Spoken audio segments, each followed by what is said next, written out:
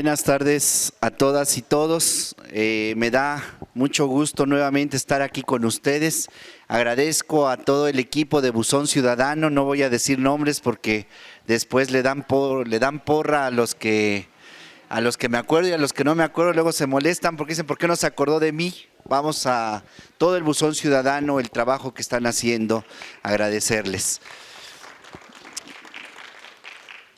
Pero principalmente quiero agradecer a los que se tomaron el tiempo hoy, ya no mañana, sino tarde, pero nos movimos desde la mañana para desplazarnos y estar aquí en este espacio de reflexión y de análisis. Me parece a mí, compañeros, compañeras, que el tema de lo religioso, lo simbólico, el tema de la creencia, ya lo hemos reflexionado aquí en otras ocasiones, es fundamental en la existencia humana. Los seres humanos inevitablemente, repito, los seres humanos inevitablemente precisamos, es una condición humana el hecho de la creencia. Si no creyéramos que es posible transformar este país, no estaríamos aquí. Si no creyéramos que es posible cada día tener alegría de vivir, no nos levantaríamos. Nos quedaríamos acostados y que no me moleste nadie. Pero somos hombres y mujeres de fe. Creemos. La creencia es un motor, es un conatus, es una fuerza que nos impulsa a hacer transformaciones. Y me parece a mí que justamente es eso lo que Marx y Benjamin van a rescatar de la religión. Miren qué cosas tan interesantes. Marx, el padre del comunismo moderno, miren lo que quiero decir, del comunismo moderno, insisto en esto, moderno, porque vamos a ver nosotros que el comunismo moderno del siglo XIX pasa obviamente por las ideas de los utópicos, del Renacimiento, pero hunde sus raíces mucho más allá, no solamente en los planteamientos de un Platón, por ejemplo en la República, que plantea una especie de comunismo que no va a ser el comunismo cristiano, que es el que nos va a ocupar el día de hoy.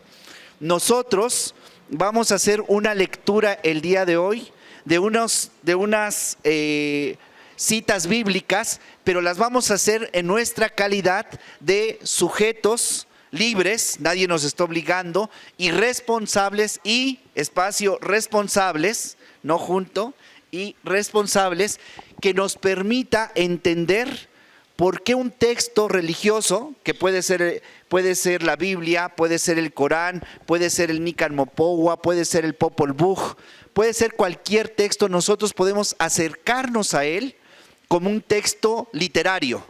Y es lo que vamos a hacer en un primer momento, acercarnos a unas citas bíblicas del Nuevo Testamento, es decir, de tradición judeo-cristiana, particularmente del tercer tercio del siglo I. Voy a explicar todo esto ahorita, pero lo único que quiero decirles como introducción es que nosotros podemos acercarnos a cualquier texto religioso no como creyentes. Podemos no ser cristianos creyentes, como aquí tenemos unos ateos por ahí caminando, ateos guadalupanos, pero ateos a final de cuentas. Gracias a Dios, ahí tenemos varios ateos guadalupanos, eso es bueno. Podemos acercarnos, no necesitamos ser creyentes profesos en ese texto, pero podemos acercarnos al contenido del texto. ¿Por qué? Por una cosa muy simple, que se llama amor a la verdad. Y poniéndome aristotélicamente les diría, en función de cumplir la naturaleza que somos nosotros.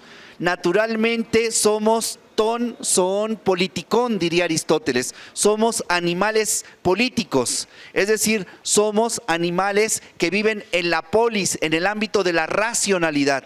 Somos animales racionales.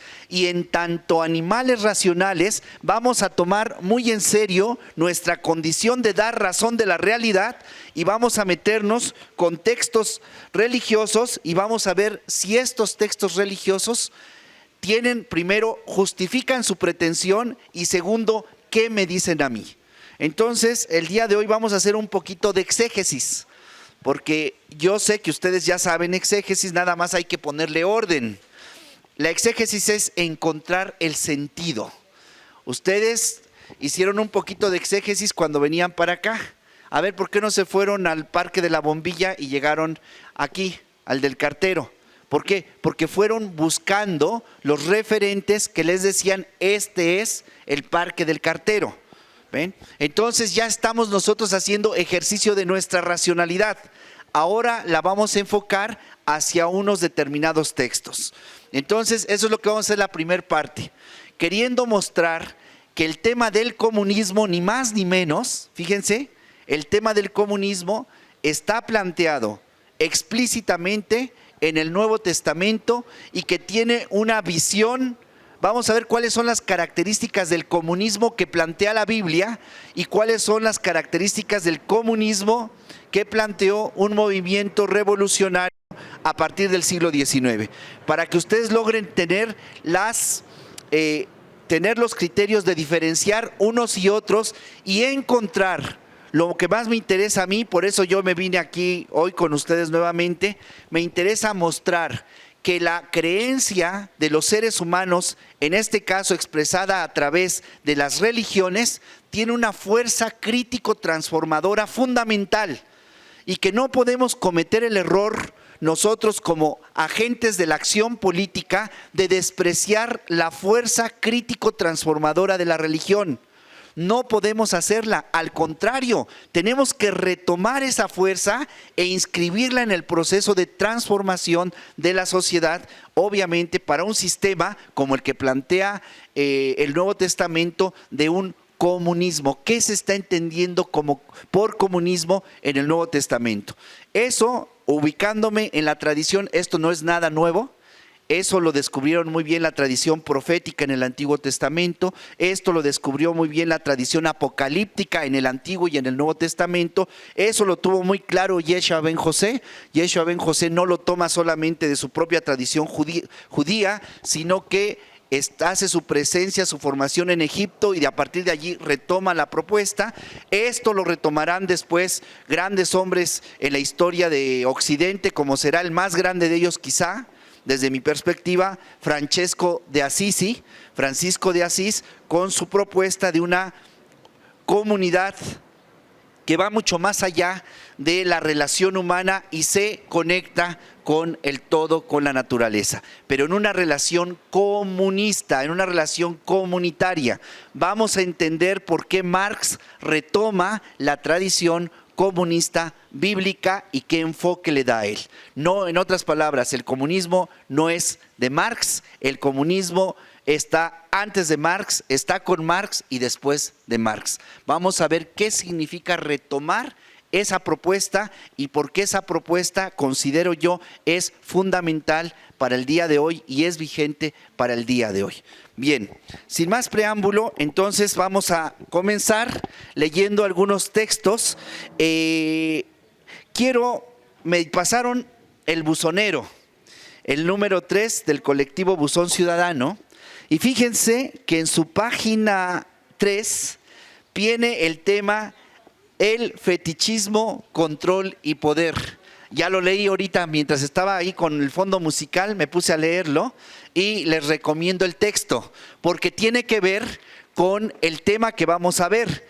¿Por qué los críticos como Marx, los críticos como Walter Benjamin, que es un filósofo del siglo XX, uno de los más grandes filósofos del siglo XX, van a insistirnos que la religión tenemos que retomarla? Voy a leerles textos ahorita para que vean que no es Juan Manuel, sino son los autores mismos. ¿Por qué Benjamin nos insiste que retomemos el aspecto religioso, el aspecto teológico? Y al mismo tiempo, ¿por qué el mismo Benjamin critica la religión? ¿Y por qué Marx mismo dice la crítica al sistema comienza con la crítica a la religión? Y tiene que ver todo esto con el tema que tienen ustedes en el buzonero. Tiene que ver con la fetichización de la religión.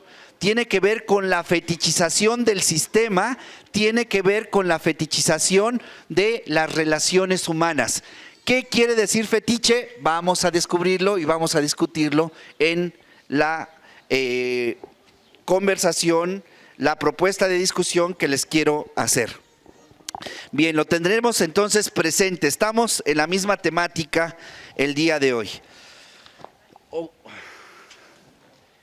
Ya voló las citas volaron. Muchas gracias, hermanita. Hermanita, le dije, miren, en lugar, tengo que decir compañera, no hermana, pues van a decir, estamos en la misa de Juan Manuel. No es la misa de Juan Manuel, es la reflexión filosófico-teológica. Voy a empezar con tres citas bíblicas. Voy a empezar primero clarificando que por qué hablamos de Antiguo y de Nuevo Testamento. Desde allá me voy a ir para llegar a estas citas bíblicas. Ustedes saben, no voy a presuponer nada, discúlpenme quienes ya sean especialistas en los temas, pero no quiero presuponer nada.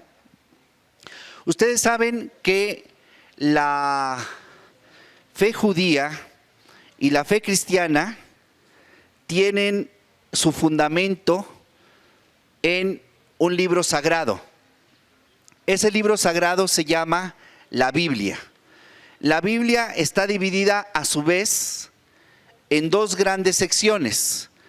Para los judíos esa sección es la Torá, la ley, y para los cristianos lo han dividido en el Antiguo Testamento y el Nuevo Testamento. Son entonces dos grandes bloques de textos bíblicos, de libros, como se les llama, que están dentro de un gran libro llamado Biblia.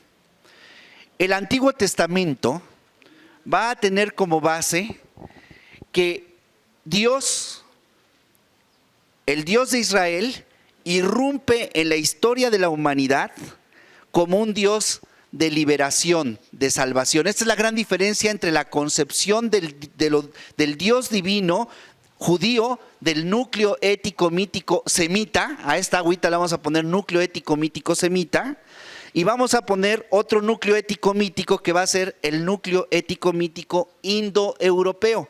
Son dos concepciones con estructuras de sentido que permiten tener una visión del mundo, por eso es mítico, y es ético porque tiene un conjunto de actitudes, comportamientos, maneras de ser y de relacionarse, es decir, una normativa, una moral. Entonces tenemos dos núcleos éticos míticos, el semita y el indoeuropeo. Estos dos núcleos éticos míticos tienen una concepción de Dios. La concepción del Dios semita es un Dios que irrumpe en la historia, que se incumbe en la historia y que tiene que ver con los humanos. Ese es el tema del Dios judío, del Dios de Jesús. El núcleo ético mítico semita, su concepción de Dios es la de un motor inmóvil que está fuera de todo esto que no es Dios y que mueve todo aquello que tiene, digamos, que no es perfecto, que no es eterno, que no es inmutable como Dios. Este Dios es el solo, y solamente se puede llegar a ese Dios de una manera solipsista. Es decir, el alma de Juan Manuel, mediante más se desprende de este mundo, de esta situación cambiante, puede acceder al encuentro con este Dios. Pero este Dios es solo, no tiene necesidad de nadie, es eterno, perfecto, inmutable. Si este Dios tuviese necesidad de nosotros, no sería Dios. ¿Por qué? Porque tiene una necesidad, sería imperfecto. Si ven, esta es la concepción del núcleo ético mítico indoeuropeo. El Dios semita no. Fíjense lo que dice el Génesis. El Génesis dice que el Espíritu de Dios, en realidad la Ruaj de Dios, la Espíritu de Dios, ya lo vimos en otra ocasión, Ruaj es femenino.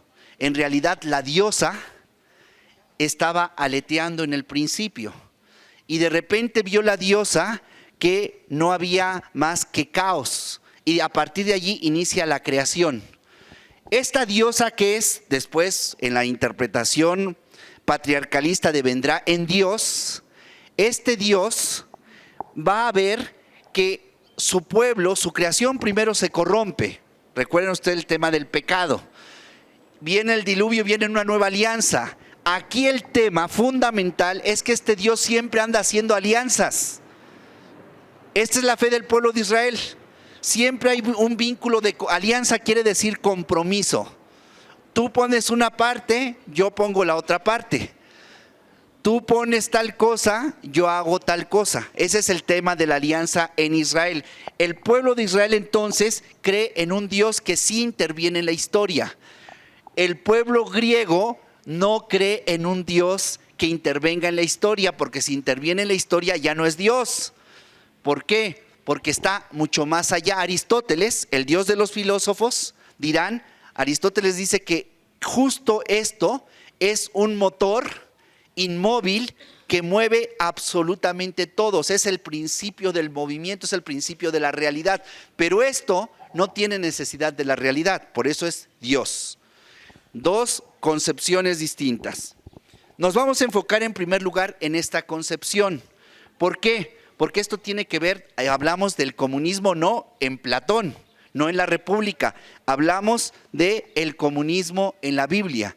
Por eso vamos a hacer una especie de seguimiento de este Dios para entender por qué después un señor como Walter Benjamin dice, cuidado con la teología.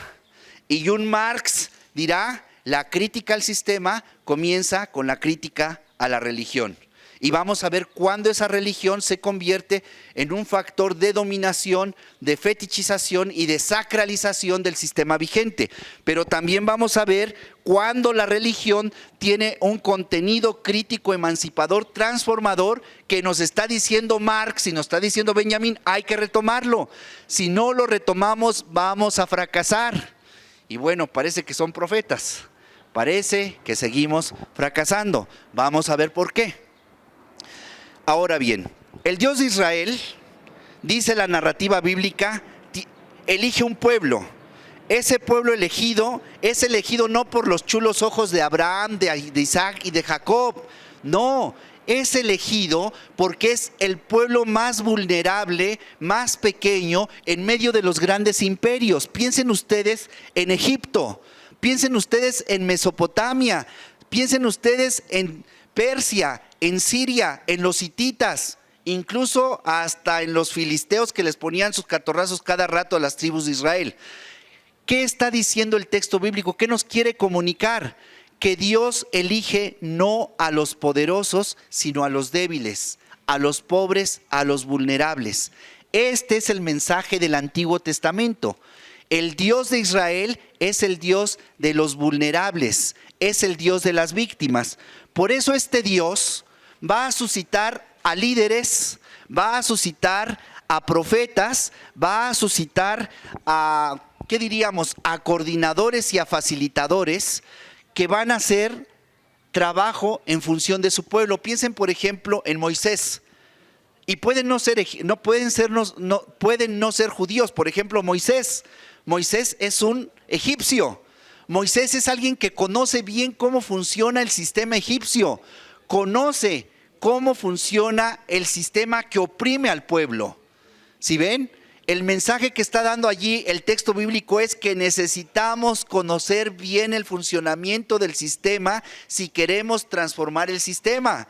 Si Moisés hubiese sido cualquier moco de huilo, no funciona para la transformación y liberación del pueblo. Necesitamos conocer la lógica del sistema como totalidad para desmontar, o como diría Derrida, para deconstruir el sistema. De ahí la gran responsabilidad que tienen los líderes comunitarios, es conocer bien el funcionamiento de su comunidad para transformar la comunidad. ¿Cómo quiero yo transformar la realidad si no conozco la realidad? ¿Hacia dónde? ¿Hacia dónde la vamos a transformar si no conocemos la realidad que queremos transformar? Entonces, primer punto, el líder, piensen ustedes en Moisés, son puras narrativas simbólicas. Todos los textos bíblicos, al igual que los textos sagrados de cualquier tradición, son simbólicas. Si nosotros tomamos el texto de manera literal, ya no funcionó. Piensen, por ejemplo, ustedes, la parte del Evangelio que dice, si tu mano es ocasión de pecado, córtatela. Si tu ojo es ocasión de pecado, sácatela. Andaríamos como quiere el bronco, ¿no? El burro ese. Bien, entonces, tenemos que tomar el sentido del texto. Es como cuando ustedes llegan a su casa y le dicen a su esposa, oye tú, ojitos de cielo, ¿qué les queremos decir? ¿Qué le queremos decir? Mi calabacita tierna. ¿Qué le queremos decir? Que queremos comida. No, le estamos diciendo, tú eres la razón de que yo regrese a mi casa. No, bueno, aparte de que no tendríamos a dónde irnos, ¿no? Pero bueno, esa es otra cosa que no voy a meter. El asunto es el lenguaje simbólico, categorial que hay en los textos. Por eso tenemos que hacer exégesis y tenemos que hacer hermenéutica. Bueno, nos quedamos entonces que Moisés conoce el sistema. Pero Dios le dice, he visto que mi pueblo clama justicia. Vean cómo Dios interviene en la historia a partir de qué o de quiénes. A partir de los líderes de la comunidad, de los coordinadores de la comunidad. ¿Y para qué interviene? ¿Por qué usa Dios esa mediación? Si Dios interviniera directamente en la historia, dirían los judíos, se fetichiza. Porque entonces los sacerdotes dirían, yo tengo a Dios. Los sumos sacerdotes dirían, yo tengo a Dios. El Sanedrín diría, yo tengo a Dios. Los fariseos dirían, yo tengo a Dios, como es la bronca que va a tener Yeshua. Por eso Yeshua se va a pelear y les va a ir a patear el templo. Y les va a decir, aquí no pueden controlar a Dios. No al Dios de mi pueblo, no a mi abá, no a mi papacito, a mi papi, a mi pa. Dios nos trasciende, pero interviene en la historia por medio de los líderes. Y el tema del líder es fundamental, porque ojo, en la tradición bíblica hay un tema que se llama teología de la vocación. ¿Qué quiere decir esto de la teología de la vocación? Quiere decir que cada uno de nosotros hemos sido llamados, hemos recibido una vocatio, una vocación. Y esa vocación me está impulsando, es como un motor, es como un conatus que me impulsa a responder a ese llamado. Y la vocación que recibe el profeta, que recibe el sacerdote, que recibe el líder comunitario es para hacer un servicio en favor de la comunidad. Eso se llama diaconía. La diaconía es el servicio de amor a la comunidad, el servicio de amor a los hermanos. Es decir, es un compromiso que me mueve, no porque me van a dar una beca, no porque me van a hacer mi depósito de cada 8 días, de cada 15 días, no, es de amor. Es de amor, eso quiere decir diaconía. El diáconos o la diaconisa son aquellos hombres y mujeres en las primitivas comunidades comunistas, cristianas, mesiánicas, que van a ponerse al servicio de la comunidad. Porque si no lo hacemos así, el líder, el coordinador, deviene despotés, deviene un déspota. Es decir, aquel que usa a la comunidad en beneficio propio. Ahorita que vine a comerme mis tamales temprano con ustedes para aguantar estas 2 horas después de esta hermosa música del trío, me fui allá a los tamales y me encuentro un señor que ya todo el mundo conocemos todo el tiempo y que ahora se puso nada más von. Piensa que somos ignorantes. Von quiere decir de en alemán, al señor de. A ese señor que lo vemos una y otra vez, ya es cuando se vuelven déspotas. Si ven, se convierten, dice el profesor Enrique Dussel, estos animalitos que cuando uno va y se mete al agua, sanguijuelas, viven de chupar la sangre. Si ven, viven de chupar, pero la sangre del pueblo. Ahora lo vemos los que andan bañando perros, acá miren, hacen análisis de la realidad también, dicen aquí vienen muchos perros, vamos allí a bañar perros, los del PRI, y están haciendo su trabajo, pero miren qué cosa, no son servidores, ojalá estuvieran cada 8 días bañando los perros de toda la comunidad, pero vienen cuando les conviene, cuando saben que pueden orientar la voluntad hacia un voto, eso se llama inmoralidad, porque el servicio no es permanente, el servicio es cuando me conviene, eso no es servicio, eso se llama manipular a la gente. ¿Ven? Por eso la Biblia es tremenda. La Biblia, si se la aplicáramos nada más a la iglesia, ya con eso haría chiras pelas, pero ya llegaremos allá. Ahorita estamos nada más con Moisés. El líder bíblicamente hablando, interviene como mediación de Dios para que se cambie el curso de la historia, para que el pueblo de Israel ya no siga oprimido en Egipto, salga de Egipto y se vaya al desierto, para que el pueblo no siga siendo más víctima de los gobernantes. Llega el profeta y va y le denuncia al gobernante, en este caso al rey. Piensen ustedes el debate que se hace y la crítica que se hace a David, por ejemplo, cuando se aprovecha de la esposa de uno de sus soldados que manda al frente de la batalla para que lo asesinen, y entonces se queda él con la esposa de su soldado. ¿Qué hace el profeta? El profeta va con el rey, que también es representante de Dios con el pueblo, pero ya fetichizado.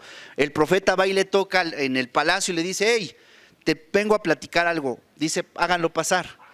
Y le dice: había un señor que tenía 500 cabezas de ganado, tenía 5,000 ovejas y tenía muchos servidores, pero tenía un vecino que nada más tenía una ovejita, chiquita, pequeña, pero la amaba, era su única oveja.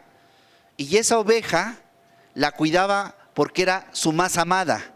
El señor, que tenía tantos animales y tantas ovejas y tantos servidores, quiso esa oveja, se la quitó, la mató y se la comió. Dime tú, David, ¿qué hacemos con ese señor? Y dice David inmediatamente: que lo maten inmediatamente. Y le dice: ese eres tú. El profeta nuevamente queriendo meter en línea en el proyecto de este Dios que interviene en la historia, no solamente al profeta, sino al gobernante y al líder. Entonces, resumo, ¿qué experiencia se tiene en el Antiguo Testamento de Dios? De un Dios que está con los pobres, de un Dios que interviene en la historia para que estos pobres dejen de ser pobres y empiecen un proceso de transformación y de liberación. Ese es el Antiguo Testamento con su tradición apocalíptica, sapiencial, deuteronomística y me falta una: sapiencial, apocalíptica, deuteronomista y profética. Ahí están las 4. Con estas 4 tradiciones en el Antiguo Testamento se va expresando de múltiples maneras y de muchas formas que Dios interviene en la historia para liberar a los oprimidos. Ese es Antiguo Testamento. El Nuevo Testamento surge en el tercer tercio del siglo I. Del año 1 al año 30 tenemos a Yeshua ben José, lo que nos han dicho que era un rabí que vivió más o menos 33 años, pero cuidado, recuerden ustedes que Dionisio el Exiguo se equivocó en el número de los años. En realidad no estaríamos en el 2018 de la era común, sino está ahí un problema, pero eso no importa. Al fin nosotros somos creyentes y creemos también que estamos en el 2018 y seguimos viviendo sin ningún problema. Bueno, que Yeshua ben José, Jesús, hijo de José, vive más o menos del año 1 al año 30. Del año 30 al año 60 hay una época que se llama época apostólica. En esa época llamada apostólica es la época en que los seguidores de Yeshua ben José, su núcleo inmediato, sus discípulos, junto con los 12, desarrollan su práctica como seguidores de Jesús. Vean el tema: Jesús, ¿qué anunció? Jesús jamás estuvo anunciando. No van a encontrar en el texto bíblico, en los 4 evangelios, jamás van a encontrar que Jesús diga: crean en mí, jamás. Jesús anuncia el reino de Dios. Y esta es una palabra clave porque tiene que ver con el tema del comunismo. La pregunta es: ¿qué es el reino de Dios para Yeshua? Entonces, en el Nuevo Testamento encontramos ya que el anunciante, es decir, Yeshua, que anuncia el reino de Dios, se convierte en enunciado. Vean el giro. Hagan de cuenta que yo llego aquí y les estoy hablando de justicia, libertad y democracia. Y todos: no, justicia, libertad, democracia. Justicia, libertad, democracia. Ahí estamos en eso. Todos. Pero de repente me dan chicharrón. Que sea chicharrón verde por lo menos, ¿no? Porque me gusta la salsa. Me dan chicharrón y desapareció Juan Manuel.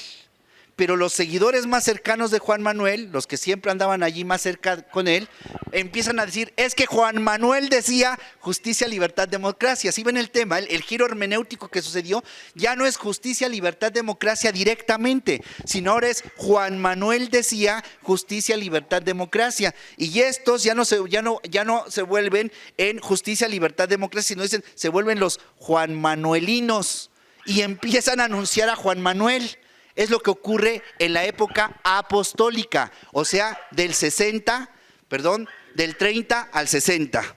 Pero después tenemos un giro más, del 60 al 100, fíjense lo que ocurre. Estos, como son pura banda conmigo, pues no somos leídos ni escreveídos, nada más es pura voluntad, buen corazón, ganas de cambiar el mundo. Pero no tenemos gente culta. No, es más, el único que sabía leer y escribir era el maestro, o sea, yo. Porque uno era el que sacaba los perros cuando se empezaban a pelear, ¿no? El otro era el que se echaba los tiritos con los de la delegación cuando venían a quitar las sillas. Entonces no se necesitaba más que pura fuerza para echarles acá. La otra era la que se juntaba junto a mis pies para darnos calor mutuamente. Y así nos vamos. No teníamos todavía un nivel de teóricos, sino que la siguiente generación ya empiezan a entrar gente teórica. ¿Y saben quién es uno de esos teóricos fantásticos que le va a dar un giro al cristianismo de manera impresionante? Es Paulo de Tarso. Si ustedes recuerdan más o menos la historia, Paulo de Tarso no está con Yeshua, no conoce personalmente a Yeshua. Paulo de Tarso ese se fue a estudiar, ¿qué digo? A la UNAM, a la UACM, ¿sí ven? Fue a la UACM y estuvo estudiando muy fuerte y sacó su título. Y él sí se aventaba sus escritos. Es más, no solamente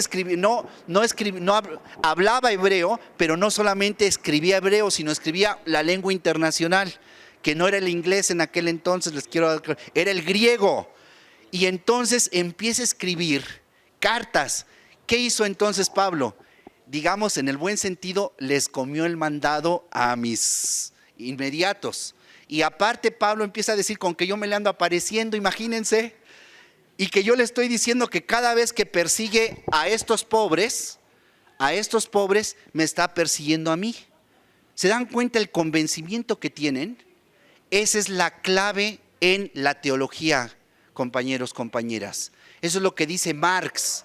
Dice, imagínense que ustedes creen en la justicia, la libertad, la democracia, como los cristianos, los protocristianos creían en Yeshua ben José. ¿Qué hicieron? En 4 siglos y de persecución, ojo con esto, del siglo primero ya empezó la persecución. Pablo mismo va a ser un persecutor de los protocristianos, de los mesiánicos. Recuerden ustedes que el primer mártir, el protomártir cristiano mesiánico se llama Esteban. Mire acá, este es mi Esteban. Esteban va a ser el primer mártir. ¿Y quién va a estar presenciando ese asesinato? Saulo. Es más, le van a llevar la túnica de Esteban y se la van a poner a Saulo. Por eso la comunidad sospecha de Saulo. Piensan, como muchos piensan ahora, que son unos infiltrados. ¿Ven esos chapulines que antes nos andaban allá correteando y pegándoles, que no les dejaban ponerse aquí? Ahora resulta que hasta van a venir a darles conferencias. Fíjense cómo anda el mundo, que lo mismo le pasó a Saulo. Saulo era perseguidor, fue testigo y cómplice del asesinato de varios cristianos, iba a las sinagogas y los agarraba y los metía al torito. El torito es cuando se los llevaba. El tema es aquí, que Saulo se convierte al cristianismo, agarra la batuta del cristianismo y pone el cristianismo en otro nivel. Del año 60 al 100 se escriben los evangelios, pero primero se escriben las cartas de Pablo. Vean lo que ocurre. Teníamos el hecho histórico de Yeshua ben José. Teníamos la tradición oral de los que dicen que dijo e hizo Yeshua ben José. Y en tercer momento, ahora sí ya tenemos la redacción de los textos bíblicos. Entonces, cuando ustedes leen un texto bíblico, no piensen que está narrando lo de acá, sino que hay una redacción con una intencionalidad teológico-política. ¿Por qué? porque estamos en el siglo primero, mis queridas, colegas, ¿ven? Compañeros, compañeras, siglo primero. No hay distinción de ámbito político, religioso, económico, cultural, es todo, y el que aglutina todo eso es el religioso, que les quiero decir, como hasta ahora nada más que nos hacemos nosotros medio ateos, pero vamos a ver que no es así. Entonces, acá estamos ya, la construcción del Nuevo Testamento va a ser un proceso donde se retoma la tradición del Antiguo Testamento reinterpretada por Yeshua ben José, que dice: yo no vine a quitar la ley y los profetas, yo no vine a hacer a un lado esta tradición nuestra, yo lo que le vine a dar es cumplimiento. Ahora, ¿qué es lo que anuncia Yeshua ben José? El reino de Dios, el reino de Dios. Y la pregunta es, ¿qué es eso del reino de Dios? Y miren, Yeshua era un hombre muy culto, muy inteligente, y jamás nos da una definición de lo que es el reino de Dios. Pero sí dice cómo es el reino de Dios. Y da muchas imágenes. Y el reino de Dios no es para que te duermas, despierta. Vean nada más cómo uno arrulla a la gente también. Entonces, el reino de Dios, ¿qué es? ¿Qué es el reino de Dios? Dice Yeshua, el reino de Dios, fíjense, es como una virgen prudente que juntó su aceite y estuvo atenta a que viniera el amado. Pero también hay vírgenes imprudentes que no juntaron el aceite, se quedaron dormidas y se les fue el amado. El reino de Dios se parece a un rey que hizo una fiesta porque su hijo se iba a casar. Y todos los invitados que hizo el rey no llegaron a la fiesta, sino que sus servidores salieron a los caminos y trajeron a la gente que iba pasando a la fiesta. O sea, el reino de Dios es fiesta. El reino de Dios es prudencia, pero también dice Yeshua que el reino de Dios se parece o es semejante a aquel sembrador que salió a sembrar y en el camino tiró unas semillas en tal tipo de tierra, siguiendo caminando en otro, y hubo lugares donde la semilla se la comieron los pájaros, hubo lugares donde la semilla creció, pero como había muchos abrojos y espinos, se murió la plantita. Hubo semillas donde, empezando por el sistema económico capitalista, con eso decimos todo. Por eso todos de alguna forma somos responsables. No podemos decir, ay, es que esos capitalistas. No, nosotros también formamos parte de eso. Pero por lo mismo tenemos que transformar el sistema. ¿Sí ven? Y el problema es... No es natural. Las estructuras son creación humana. La estructura, la familia, el comercio, la educación, la política, son estructuras que hacemos nosotros. La misma iglesia, las iglesias son estructuras humanas. Si las estructuras humanas las creamos los humanos, ¿qué pasa? Que podemos transformarlas los humanos. El tema es hacia dónde. Los cristianos tuvieron una idea. Dijeron, a ver, si el emperador está acá, los cónsules acá, los patricios acá y los jodidos esclavos estamos acá, ¿qué hacemos? Pues tenemos que hacer una sociedad, una estructura de organización comunitaria donde no haya jerarquías, donde no se aprovechen los de arriba de los de abajo. ¿Qué tenemos que hacer? Y ellos dicen, aquí está la clave. Vamos a hacer realidad eso que dijo Yeshua. Él decía que el reino de Dios, ese reino de Dios lo vamos a vivir de manera comunitaria. Vamos a tener las cosas en común, vamos a compartir lo que tenemos. Si alguien tiene necesidad, vamos a ayudarle entre todos. Si alguien tiene un enfermo, vamos a vender un perrito aquí con los que compran perros de sangre y se los traemos y se los vendemos y ese dinerito lo ponemos al servicio de la comunidad. Eso es comunismo bíblico. Vamos a ir viendo ahorita, pero fíjense cómo son estructuras humanas. Y hay que buscar si las estructuras humanas, piensen ustedes, si la estructura de los banqueros que van a misa, que comulgan, incluso hasta tienen su altar de muertos también y llevan a sus muertos allá y les hacen misa, preguntarnos si esa estructura de banqueros es de acuerdo al reino de Dios. Ahí está el criterio. Primer cosa, permite que los seres humanos tengamos vida y vida en abundancia, que podamos producir, reproducir, conservar y desarrollar la vida humana como eso, como lo que somos como humanos. No, está en contra del reino de Dios. Que el que se dice que es servidor de la comunidad, que nos va a servir, que va a poner seguridad, que va a estar al pendiente de nuestras familias, que tengamos educación, etcétera, etcétera, etcétera. Todas las promesas que escuchamos, eso está en la línea del reino de Dios. Parece que en el discurso sí, pero el reino de Dios no solamente son palabras. Yeshua les dice a los fariseos, hagan lo que ellos dicen. A la gente le dice, hagan lo que estos 3 fariseos dicen, pero no los imiten. ¿Por qué? Porque hablan muy bonito de la ley, pero oprimen a su hermano. Hablan muy bonito de la ley, pero se aprovechan de las mujeres. Hablan muy bonito de la ley, pero golpean, es más, les dan chicharrón a los homosexuales. Entonces, hagan lo que ellos dicen, pero no los imiten. Hablan de justicia, libertad, democracia. Claro, hasta andan bañando perros ahorita, les digo. Hay que bañar a los perritos, sí. Hagan lo que ellos dicen, pero no los imiten. ¿Ven el tema? Principio, coherencia. Principio, coherencia entre lo que se piensa, se dice y se hace. Esa es la bronca que tuvieron los cristianos. Los cristianos se esforzaban muchísimo como comunidad para ser coherentes. Por eso el imperio, cuando los ve, se da cuenta que le están metiendo una crítica radical, porque ellos están viviendo en la solidaridad. Y el imperio comienza a perseguirlos, porque el cristianismo dice una cosa, y eso lo dice Pablo. Para Pablo ya no hay distinción entre judío y gentil. Es decir, no hay un pueblo ahora superelegido que está sobre los demás pueblos. No, dice Yeshua, ahora, Pablo dice, ahora la salvación es para todos. Y segundo, dice Pablo, ya no hay distinción entre judío y gentil, y aquí le vino a dar en la torre al imperio romano. Dice, ya no hay distinción entre libre y esclavo. Fíjense la revolución que hizo ese movimiento. Ya no hay distinción. Si el imperio romano se levantaba porque unos fueran esclavos y otros fueran los ciudadanos, los señores, viene este Pablo y les dice, entre los cristianos, si este se dice que es romano ciudadano y este es esclavo, aquí, en esta comunidad, ya no hay esa distinción. ¿Qué empezó a suceder?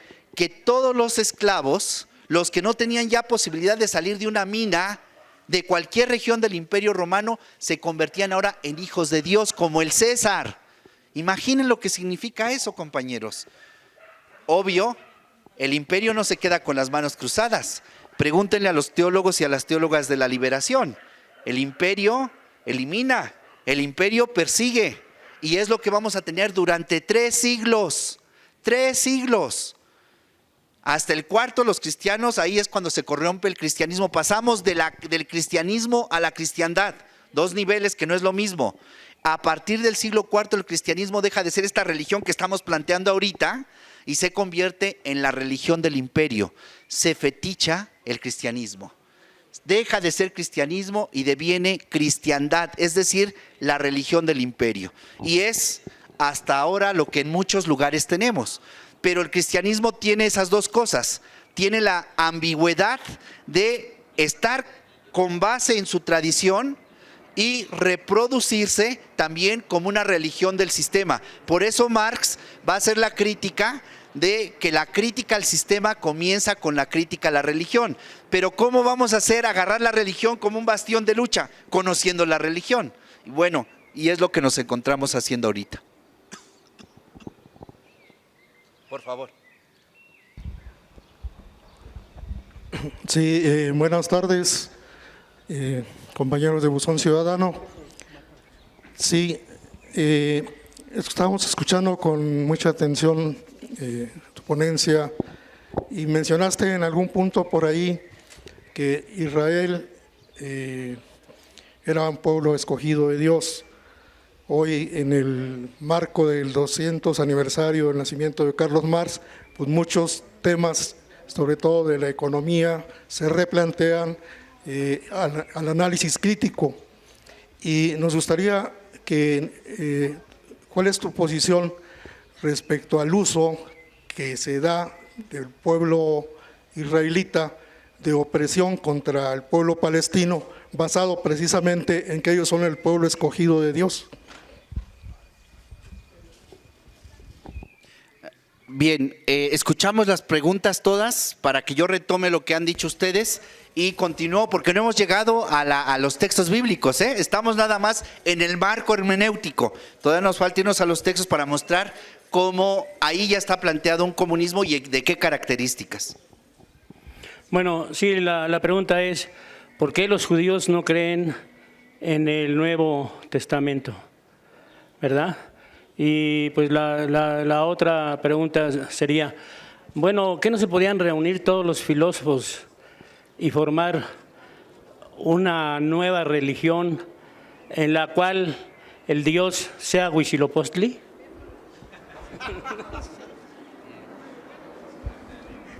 Sí, buenas tardes. Hay para mucho, aquí nos estaríamos varios días viendo todos esos aspectos, pero mis dos preguntas es lo siguiente. La Biblia la conocemos, ¿verdad? Nos presentan con el Antiguo y el Nuevo Testamento. Mi inquietud es cómo fue soldada ese Antiguo Testamento con el Nuevo, cómo fue encontrado. Es decir, cuando hay una diferencia de varios siglos entre lo que planteó Moisés y lo que se plantea en el Antiguo Testamento y lo que se plantea en el Nuevo. Sabemos que la Biblia está incompleta. Los documentos apócrifos o rollos del Mar Muerto superan en volumen a la propia Biblia, según lo tengo entendido, y yo tengo los rollos del Mar Muerto, y donde viene precisamente el Evangelio de María Magdalena y viene el Evangelio de Tomás, que era el hermano de Jesucristo, según se dice ahí. Entonces ahí hay varias cosas que va para rato a aclarar. El otro aspecto es qué papel jugó Flavio Josefo, que escribe un libro en el año 1 que se llama El incendio por los judíos del templo de Jerusalén, donde hace una serie de relatos de lo que había pasado. Y tercero, ¿cuál fue la educación de Cristo? Hay una versión de que fue educado por una secta que se llamaban los esenios, que tenían su templo en el Mar Muerto, y que ellos a su vez recibieron la instrucción del templo del templo de los egipcios, de los Hermes Trismegisto y toda la escuela que él creó. ¿Sí? Bueno, sí, buenas tardes. Dos cosas nada más. Dijiste que Isa ben Yusuf era culto. No, casi todo lo que él virtió no venía de la cultura, sino de la bondad. Esa sería mi apreciación. Y no sabía leer ni escribir. Escribió unas letras con el dedo en las orillas del Mar Muerto ahora, ¿no? Era el lago Tiberius. Ese es uno. Y en el Corán, este libro que fue 600 años después del nacimiento de Cristo, más o menos, el Corán viene de dos vertientes, judeo y cristiana. Esta es lo que forma el Corán. Cuando Mahoma salió de la cúpula Dahab al-Sahra, la cúpula dorada, salió al cielo en el caballo Burak, se encontró, iba como en etapas y vio a Jesucristo y lo vio y vio que era un profeta menor. El profeta en el Islam es Muhammad.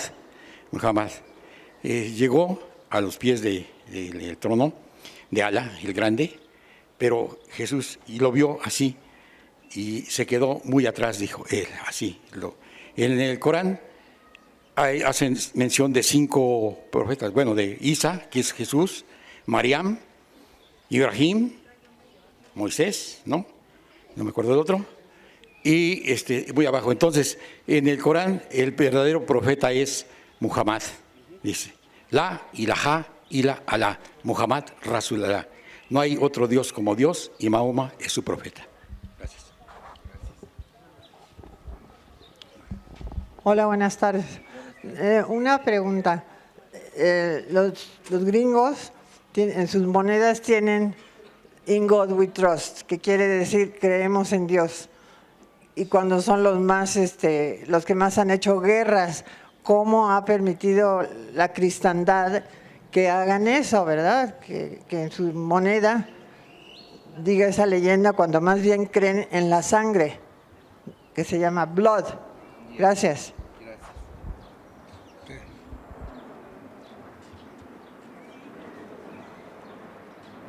Sí. Buenas tardes. Quisiera preguntarle al ponente en torno a la palabra de Jesucristo, cuando menciona él que mi reino no es de este mundo, dice en algún texto de la Biblia. Ahora bien, también uno de los argumentos del establishment habla de que los trabajadores en este momento de desempleo, en este momento de terrible hambre, de mucho pordiosero por la calle, no nos queda otro remedio más que aceptar las condiciones de los patrones. No hace poco se quejaban en esa carta de la jornada que decía, si no, en tanto que las condiciones equivalen, como dice aquí Porfirio Miranda, del comunismo en la Biblia, cuando dice, es que es lo mismo que si me dicen a mí, o aceptas el trabajo como te lo ofrezco, es lo mismo que si me ponen una pistola y me dicen, aceptas o a ver a qué te atiendes, ¿no? O sea, las consecuencias que trae no llevar un salario para que los hijos coman. Entonces, me gustaría que abundara en ese sistema de situaciones que estamos viviendo muy presentes.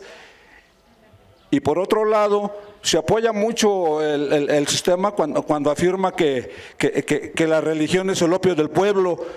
Hasta donde yo sé, pues fue Marx cuando dice esa frase, era un escrito de juventud, después Marx se reivindica. Y bueno, Porfirio Miranda en el comunismo en la Biblia nos decía que no hubo en la tierra dos hombres más fuertes así para defender a los pobres que Cristo y Marx, ¿no? Que fueron esos dos hombres son los que han revolucionado la historia del mundo hasta este momento. Abundaría más, pero lo dejo ahí para que el compañero haga su ponencia. Gracias. Buenos días. Yo quisiera que nos dijera aquí el ponente dónde ubicaríamos a las propuestas, digo, en el marco electoral político que estamos viviendo ahorita, las propuestas de los candidatos a la presidencia de la República. Es decir, él nos mostró ahorita dos grandes partes, ¿verdad? La cuestión del comunismo, la cuestión del imperio, algo así por ahí. ¿Dónde ubicaríamos a estas ideologías de estos candidatos? ¿En qué parte de estas dos que usted ha mostrado? Bien, como se dan cuenta, siempre estos temas van a suscitar mucha reacción de parte de cualquier espacio de reflexión, y qué bueno, de hecho de eso se trata. Voy a irme a los textos bíblicos y voy a ir cuando ya empiece a comentarlos voy a retomar las observaciones que hicieron ustedes, que a mí se me hace muchas, unas muy interesantes de lo que se ha planteado aquí. Miren, dentro del Nuevo Testamento, a ver, antes de irme para allá, si se dieron cuenta ustedes, cuando vinieron a hacer las preguntas a los compañeros, todos estamos presuponiendo desde la afirmación del compañero que habló de Alá y su profeta, desde los libros, los esenios y el libro y los documentos del Mar Muerto, etcétera, todos estamos presuponiendo el tema de la creencia.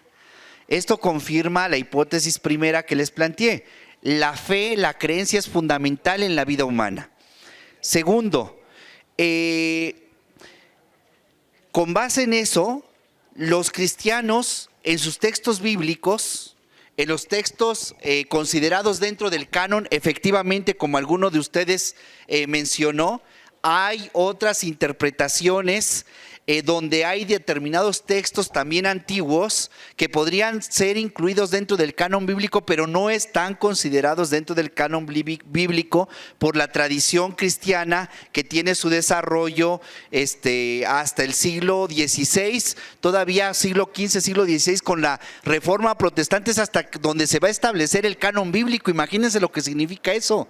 O sea, antes del siglo XVI, antes de la Reforma Protestante, y cuando los protestantes dicen, estos son los libros de nuestra Biblia, y los católicos reaccionan contra la contrarreforma y dicen, estos son los libros de la Biblia, es siglo XVI, siglo XV, siglo XVI.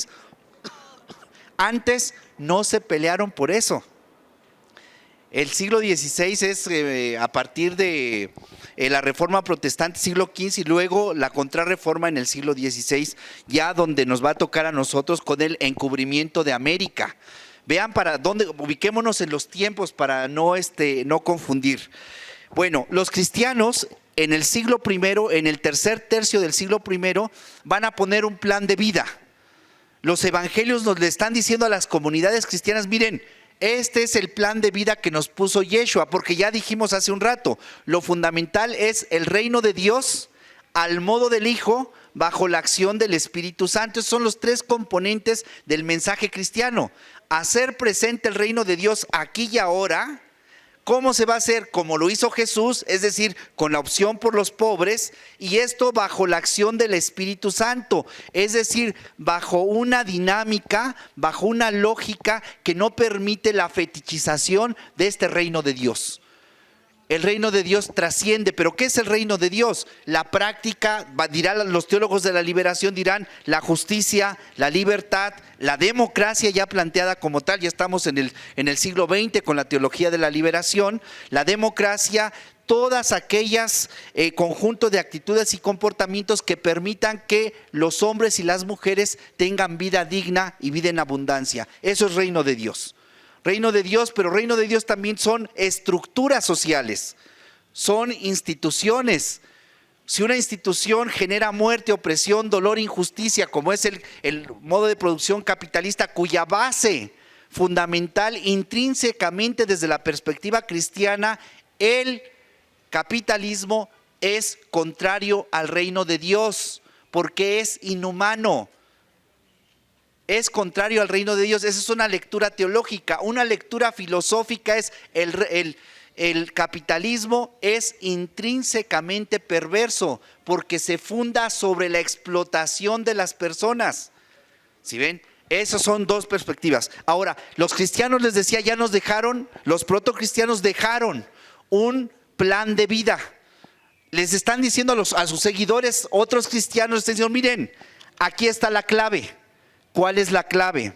Dice el texto de Hechos de los Apóstoles, capítulo 4, versículo 32.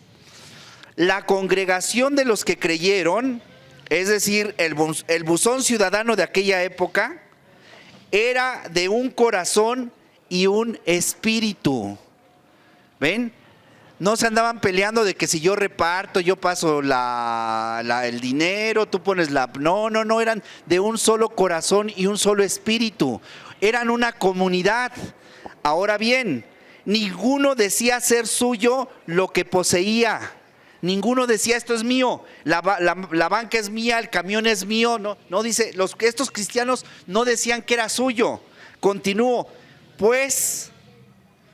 vendían todas sus propiedades y sus bienes y las compartían con todos según la necesidad de cada uno. Vayan viendo qué figura de comunidad se está creando. Más adelante en el mismo libro se dice, nada había pues ningún necesitado entre ellos, porque todos porque todos los que poseían tierras o casas las vendían, traían el precio de lo vendido y lo depositaban a los pies de los apóstoles y se distribuían a cada según su necesidad. Y José, un levita natural de Chipre, a quien también los apóstoles llamaban Bernabé, que traducido significa hijo de la consolación. Y después me dice aquí leer más, porque lo saqué de internet, entonces ya no nos fuimos para allá. Pero lo que quiero decir aquí, que lo que tenían lo vendían y lo ponían a la disposición de los demás. Vean, siglo I, compañeros, ¿qué son los cristianos en relación a los judíos? Son un pinchurriento grupo. Los cristianos se reunían en las sinagogas. ¿Qué hicieron los judíos con esos cristianos? Les daban sus coscorrones y sáquense de aquí. ¿Por qué? Porque están violando el mandamiento de guardar la ley. Y ahora nos salen con que lo fundamental es el amor y que el amor se manifiesta en actitudes, comportamientos, maneras de ser y de relacionarse. ¿Y cómo es relacionarse? Que ya no hay distinción entre judío y gentil, que somos iguales ante Dios, pero no solamente somos iguales ante Dios.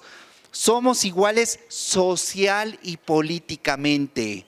Pablo, ya no hay distinción entre libre y esclavo. Todos somos hijos de Dios. Hacen una revolución, pero como están en medio de un mundo hostil, de verticalismo, de imposición del poderoso sobre el débil, ellos empiezan a hacer una estructura. Y esa estructura es comunitaria. Ahora bien, pero viene un problema, pero un cierto hombre llamado Ananías, con Zafira su mujer, vendió una propiedad y se quedó con una parte. Aquí entra el corrupto, ¿ven? También que iba caminando el partido Movimiento y ahí viene y se nos mete uno. Vean la experiencia de los cristianos. Se les metió uno que dijo: yo quiero ser de parte de ustedes, yo también quiero justicia, libertad, democracia, igualdad. Pero ¿qué hace? Va, vende su propiedad y se queda con el dinero. Dice el texto. ¿Por qué? Vean, ¿por qué quería estar con los demás? Porque los demás le daban. Tenían todo en común. Pero él va y vende, pero no pone en común, sino que está sacando y recibiendo de los demás, acumulando para sí. Dice el texto: pero cierto hombre llamado Ananías, con Zafira su mujer, vendió una propiedad y se quedó con parte del precio, sabiéndolo también su mujer. O sea que la mujer era como la de yo me lo merezco, yo me lo merezco, yo me lo merezco. ¿Se acuerdan ustedes? Ahí está. Y trayendo la otra parte la puso a los pies de los apóstoles. ¿Quién era garante? ¿Quién era garante de que no hacían ruido los que están allá vendiendo los libros? ¿Ven? ¿Quién eran garantes de que funcionara la comunidad? Los apóstoles. Pero el apóstol aquí funciona como ¿qué? Lo que dije anteriormente, como diaconoi, como servidor de la comunidad. La comunidad necesita necesariamente, compañeros, compañeras, ciertos servicios.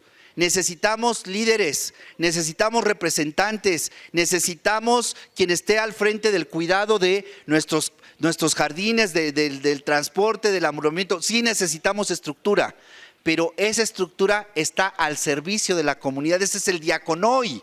El problema es que se corrompe y deviene de diaconoi, porque vienen allá, miren, el que anda bañando a los perros, está diciendo que tiene mucho cuidado con los perros, los ama, hasta sale con la foto con el perro. ¿Sí ven?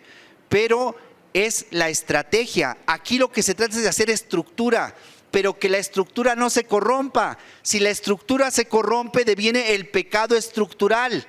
Es decir, que aunque Juan Manuel esté aquí hablando muy bonito, cuando llega a ese servicio, como la estructura ya está corrupta, ¿qué pasa con Juan Manuel?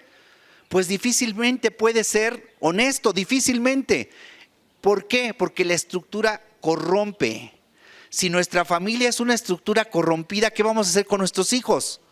Pues a repetir la estructura familiar corrompida. Si yo le digo a mi hijo, ¿sabes qué? Dile a mi compadre que no estoy. Pues ¿qué dice el niño? Pues hay que mentir. Cuando tenemos que dar la cara, pues no la damos, mentimos y se acabó el problema. ¿Ven? Y hacemos una reproducción de un sistema que el día de mañana, cuando tu hijo le toques y le digas: ay, hijo, estoy enfermo, porque digo yo que no estoy. ¿Por qué? Tú me lo enseñaste. ¿Ven? Necesitamos estructuras. Si hay estructuras de corrupción, hay estructuras de justicia, hay estructuras de libertad, hay estructuras de democracia. Esto lo está, bueno, los cristianos lo hicieron, tenían representación, es lo que estoy diciendo, hay garantes. Lo puso a los pies de los apóstoles, mas Pedro dijo: Ananías, ¿por qué ha llenado Satanás tu corazón para mentir al Espíritu Santo y quedarte con otra parte del precio del terreno? Y para acabarla dice leer más, se nos fue el texto allí. Bueno, aquí ustedes ya tienen tarea para llegar a su casa y leer más.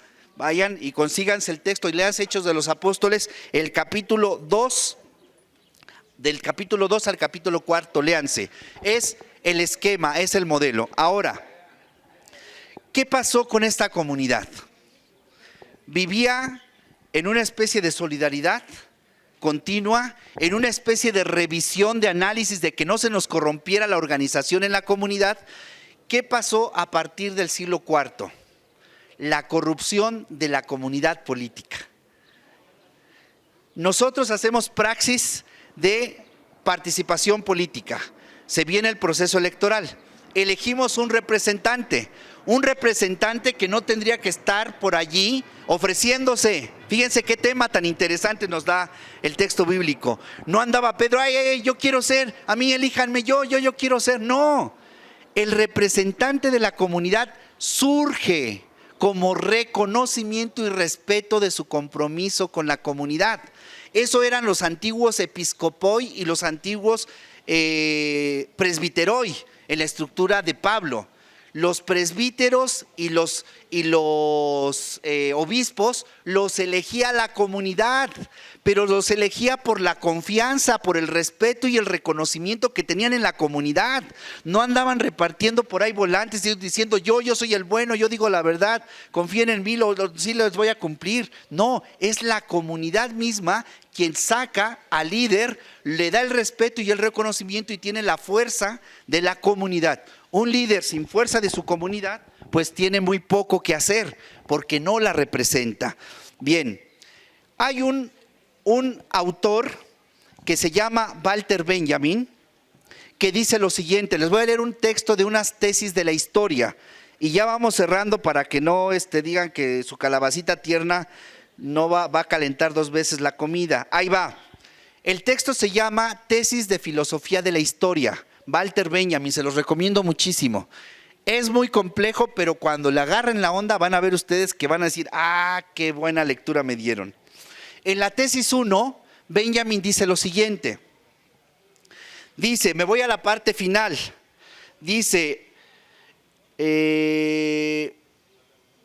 sabido es que debe de haber existido un muñeco construido de tal suerte que era capaz de replicar a cada movimiento de un ajedrecista con una jugada contraria que le daba el triunfo en cada partida. Es decir, hay una máquina que juega ajedrez, es un muñeco, y este muñeco que juega ajedrez, cada vez que viene una persona a jugar con él, siempre el muñeco sale ganando. Ahí vamos. Un muñeco trajeado a la turca y con una pipa en la boca. Se sentaba ante el tablero colocado sobre una mesa espaciosa. Gracias a un sistema de espejos, daba la ilusión de que la mesa era transparente por todos los costados. Si ustedes se fijaban en la mesa donde estaba el tablero de ajedrez, se fijaban y parecía que estaba hueca la mesa. ¿Por qué? Porque hay muchos espejos, entonces se reflejan unos con otros, pero en realidad hay un hueco abajo.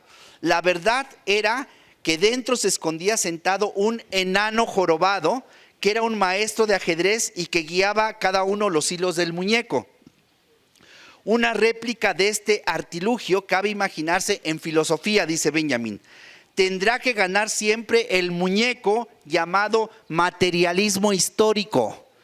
El muñeco que siempre gana, dice Benjamin, es el materialismo histórico. Es una nueva de organización social, política, económica, donde los humanos vivimos dignamente como seres humanos. Es lo que está diciendo. Ahora, fíjense lo que dice. Eso es lo que trató de hacer el socialismo. ¿Sí ven? Esa forma de organización. Pero, ¿qué dice Benjamin? Puede desafiar sin problema a cualquiera. Este muñeco llamado materialismo histórico puede ganarle al capitalismo, puede ganarle al neoliberalismo, puede ganarle a cualquiera que se le ponga enfrente, le puede ganar. Pero, dice, siempre y cuando tome a su servicio a la teología, lo que vimos el día de hoy. Como hoy sabemos, la teología es enana y fea y no está por lo demás para dejarse ver por nadie. ¿Qué dice Benjamin, compañeros? Dice Benjamin que si nosotros despreciamos esta tradición de pensamiento teológico del reino de Dios, de la justicia para los pobres, de la opción por los más oprimidos, y lo dejamos a un lado y nos clavamos nada más con la transformación económica del sistema, no va a funcionar. No va a funcionar, porque la transformación económico, política y social también pasa por una transformación de las conciencias. Y es lo que nos sucede. Cuando logramos llegar a la delegación, llegamos al gobierno, llegamos a la universidad, llegamos al trabajo, etcétera, a las instituciones. Y esas instituciones están como mediaciones para que la vida humana se produzca, reproduzca, conserve y desarrolle. Para eso tenemos educación. Si no, ¿para qué tenemos educación? Para formar sujetos libres, autónomos, responsables. Que los niños vayan asumiendo el compromiso para que el día de mañana actúen como ciudadanos que buscan el bien común de su pueblo. Si no buscamos eso, estas son las mediaciones, las instituciones. Pero dice Yeshua, necesitamos, si vamos a cambiar esto, los odres, necesitamos el vino nuevo. Si el vino nuevo no está cambiado, si no le cambiamos el chip a la honestidad, a la solidaridad, al compromiso por el otro, aunque las instituciones que tengamos estén para eso, no va a funcionar. Vino nuevo, odres nuevos, pero también al revés. Si yo tengo muy buena voluntad, quiero hacer justicia, libertad, democracia, respeto y reconocimiento en beneficio de mi comunidad, pero tengo estructuras corrompidas, vamos a tener serias dificultades. ¿Qué es lo que hay que hacer? Hay que hacer la transformación personal, pero al mismo tiempo, simultáneamente, la transformación estructural. No es que haya primero esto y luego eso, o primero esto y luego esto. Es simultáneo. El cristianismo primitivo mostró cómo transformó su conciencia. Ya no hay distinción entre judío y gentil, entre esclavo y libre, se transformó la conciencia, pero eso los llevó a organizar una forma de vida, estructuras de organización social y política. Compartían los bienes, vivían en común, es una organización política, los lleva a una consecuencia, la coherencia entre el principio, el principio coherencia entre lo que se dice, se piensa y se hace. Esto es lo que encontramos nosotros en el comunismo en la Biblia. Les recomiendo muchísimo este libro, este librito, el profesor Miranda, vean lo que es el librito. Son nada más ni menos que 80 paginitas. Y como lo dice el profesor Porfirio Miranda, y con esto concluyo esta parte para retomar unas de las preguntas. Dice el profesor Miranda en el prólogo, dice, este escrito es un manifiesto, es decir, es una guía. Eso es lo que está diciendo. Este escrito es una guía. Quien quiera encontrar cómo ya hubo una experiencia histórica en la antigüedad, en el origen de lo que Occidente va a llamar comunismo, ya está aquí planteado. Ahora bien, dice el profesor Porfirio Miranda, el alcance político, no necesita palabras de encarecimiento. El título mismo lo pone de relieve, el comunismo en la Biblia. Repito, es un manifiesto y quisiera hacerse oír de todos los pobres de la tierra. Vean lo que pretende este librito, contribuir a transformar la situación de empobrecimiento y explotación de la mayoría de los seres humanos. Esa es parte de la responsabilidad.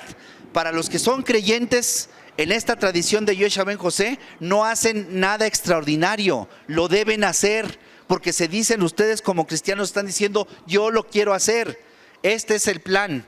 Y los que no son creyentes dirán, el planteamiento, a ver, conozcámoslo, es razonable, y si es razonable, tenemos que asumirlo por amor a la verdad. Hasta aquí le dejo, compañeros, compañeras, muchas gracias, buenas tardes.